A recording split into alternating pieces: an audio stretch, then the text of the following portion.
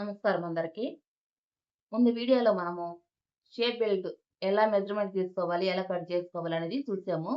ముందు పార్ట్‌కి ఎంత ఇంపార్టెంటో తెలుసుకున్నాము. ఇప్పుడు మనం తీసుకున్న మీటర్ క్లాత్‌లో హ్యాండ్స్ కట్ చేసాము, బ్యాక్ పార్ట్ కట్ చేసాము, ముందు పార్ట్ కట్ చేసాము, షేప్ బెల్ట్ తీసుకున్నాము. ఇప్పుడు మెడ పీసులు ఎలా తీసుకోవాలి, ఉక్స్ పట్టి, కాజా పట్టి ఎలా కట్ చేసుకోవాలి అనేది తెలుసుకుందాం. మిగిలిన ముక్కలండి ఇవి క్లాతులు. వీటిలో నుంచి మనము ఉక్సు పట్టి, కాజా పట్టి ఎలా తీసుకోవాలనేది చూద్దాము. ఇది ఉక్సు పట్టి, కాజా పట్టి అండి. దీన్ని మనము రెండుగా ఇదిగో క్లాత్ ఇలా ఉంది గదా! దీన్ని ఇలా మడిచి ఒక 3 వేలు ఉంది అండి. ఈ 3 ఏలుది సరిపోయిద్ది. కట్ చేసుకుందాం ఇట్లాగా.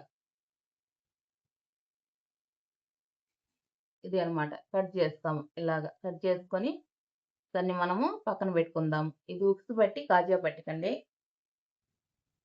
ఇవి మెడ పీసులు. క్రాస్ పీసులు తీసుకోవాలండి. మనం క్రాస్‌గా క్లాత్‌ను కట్ చేసుకొని తీసుకోవాలి. ఇలా క్రాస్ పీసులు తీసుకోవాలి. మెడ పీసులు. అప్పుడు మనకి రౌండ్ మెడకి క్రాస్ ముక్కలు బాగా ఉపయోగపడతాయి.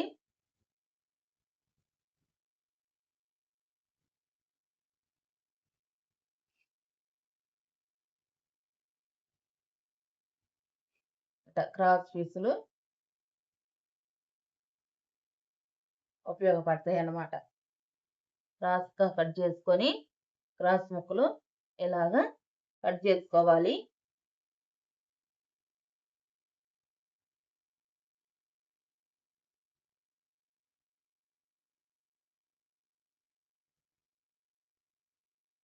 క్రాస్ కట్ చేసుకుంటే రౌండ్ నెక్‌కి బాగా తిరుగుతుందండి.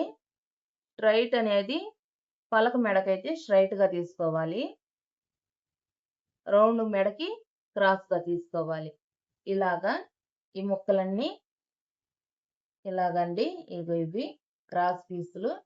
ఇవన్నీ మెడ పట్టీకి వేయటానికి క్రాస్ పీసులనమాట. వీటన్నిటిని జాయింట్ చేసి మెడ పీసి ఏస్తారనమాట. జాకెట్ మొత్తం ఇంతేనండి. జాకెట్‌లో 4 భాగాలు ముఖ్యమైనవి. ఒకటి ఒకటి హ్యాండ్స్, ఒకటి బ్యాక్ పార్ట్, ఒకటి ముందు పార్ట్, ఒకటి షేప్ పట్టి.